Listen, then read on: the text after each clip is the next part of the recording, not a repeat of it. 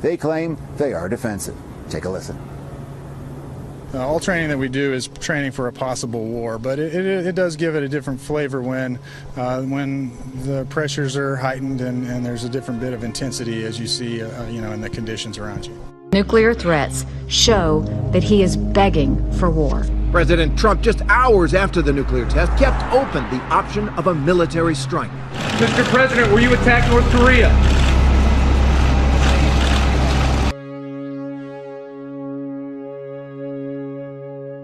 To peace and security in our world, and it is unacceptable that others financially support this criminal rogue regime.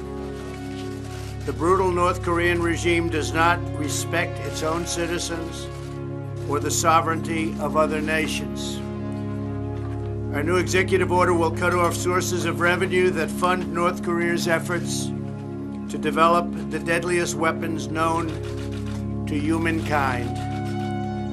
The order enhances the Treasury Department's authorities to target any individual or entity that conducts significant trade in goods, services, or technology with North Korea. And I'm very proud to tell you that, as you may have just heard moments ago, China, their central bank, has told their other banks, that's a massive banking system, to immediately stop doing business with North Korea.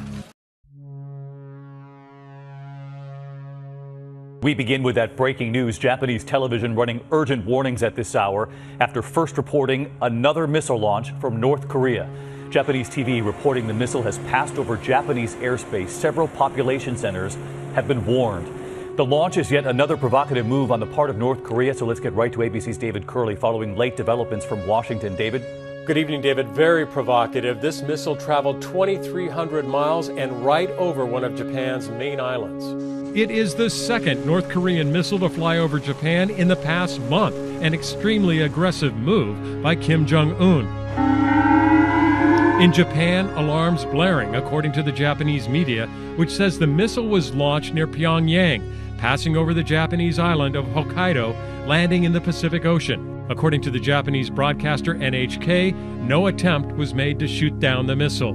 Just this afternoon, President Trump speaking aboard Air Force One, saying he's working with the Chinese on pressuring North Korea and trying to reassure Americans. But believe me, the people of this country will be very, very safe. The Pentagon says initial assessments suggest this was an intermediate range missile, not an intercontinental missile, which could reach the United States. Today's launch coming just days after the UN passed additional sanctions against North Korea. The launch comes less than 2 weeks after North Korea tested what it says is a hydrogen bomb, which can be mounted on an intercontinental ballistic missile, its sixth and most powerful nuclear test. Story this lunchtime. President Trump has issued his strongest warning yet to North Korean leader Kim Jong-un at his first address to the UN General Assembly. Calling him by the nickname Rocket Man on the global stage, Trump said North Korea's nuclear weapons and ballistic missiles are a threat to the entire world. He also said North Korea would be wiped off the map if it attacked the US or its allies. Park Hee-jun starts us off. Leaders from 193 member states gathered at the UN's New York headquarters to address several ongoing international crises, including the Rohingya crisis, the civil war in Syria, climate change, and of course, North Korea's continual nuclear and missile provocations. The highlight was, as expected, US President Donald Trump's keynote speech at his first appearance at a General Assembly session since his inauguration in January. In a wide-ranging speech where he hit out at Iran and Venezuela, President Trump reserved his sternest words for the leadership in Pyongyang. He said that, if necessary, the U.S. would totally destroy North Korea to defend itself and its allies. The United States has great strength and patience, but if it is forced to defend itself or its allies, we will have no choice but to totally destroy North Korea. Rocket Man is on a suicide mission for himself and for his regime. The United States is ready willing and able. But hopefully, this will not be necessary. He went on to emphasize the importance of UN member nations working together to isolate the Kim Jong-un regime. President Trump also thanked members of the UN Security Council, specifically China and Russia, for their votes in favor of the toughest ever UN resolution on Pyongyang for its most recent nuclear test.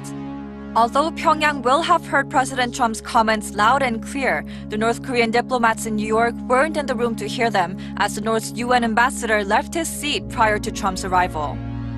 Following the speech, South Korea's presidential office issued a statement saying it's evident the new U.S. administration sees the North Korean nuclear issue as highly important.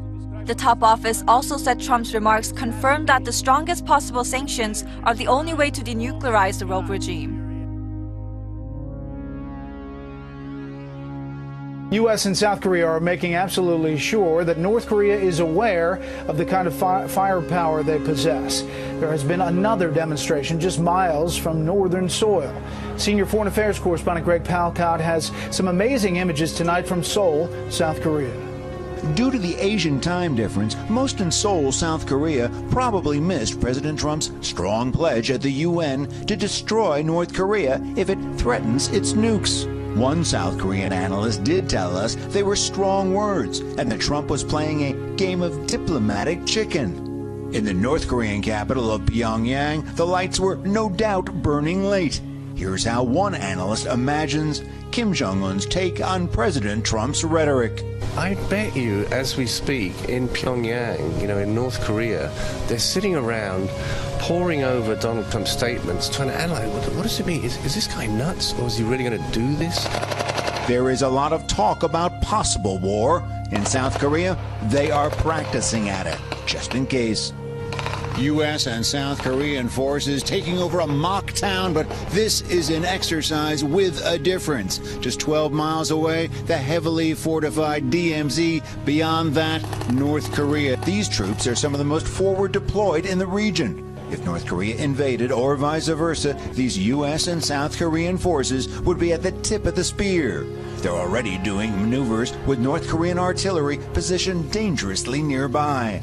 The aim of the mission is to make sure U.S. and South Korean military can work and fight together, and the Yanks can get used to the tough Korean terrain.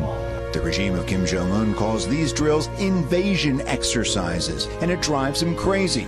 That's probably another reason why the U.S. military keeps doing them. All training that we do is training for a possible war, but it does give it a different flavor when the pressures are heightened and there's a different bit of intensity as you see, in the conditions around you. No one on the ground here thinks the military option will be an easy or a preferable one. They're hoping that even a rough form of diplomacy will come through in the end. Brett. Greg Palcott in Seoul, South Korea. Greg, thanks.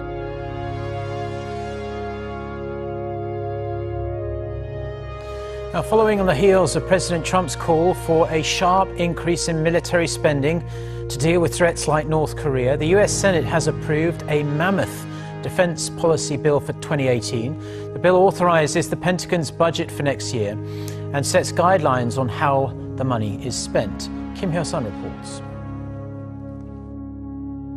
The U.S. Senate has overwhelmingly passed a roughly $700 billion defense policy bill for the next fiscal year, backing President Trump's call for a bigger and stronger military.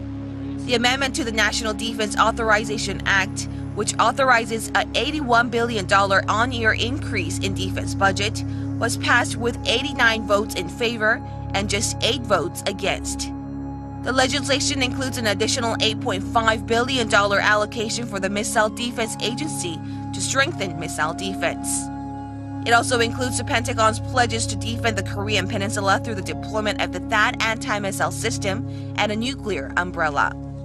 In addition, the bill lays out Washington's plan to enhance its extended deterrence over its allies in the Asia-Pacific region, including South Korea and Japan, by mobilizing all military capabilities, including nuclear and conventional.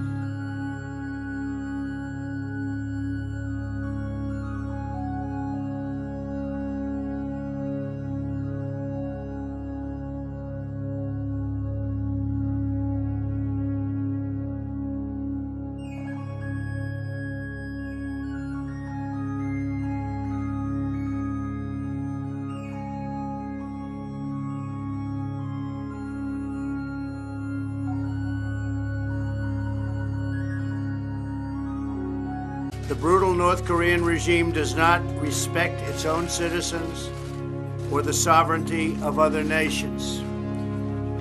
Our new executive order will cut off sources of revenue that fund North Korea's efforts to develop the deadliest to peace and security in our world, and it is unacceptable that others financially support this criminal rogue regime. Nuclear threats show that he is begging for war. President Trump, just hours after the nuclear test, kept open the option of a military strike. Mr. President, will you attack North Korea?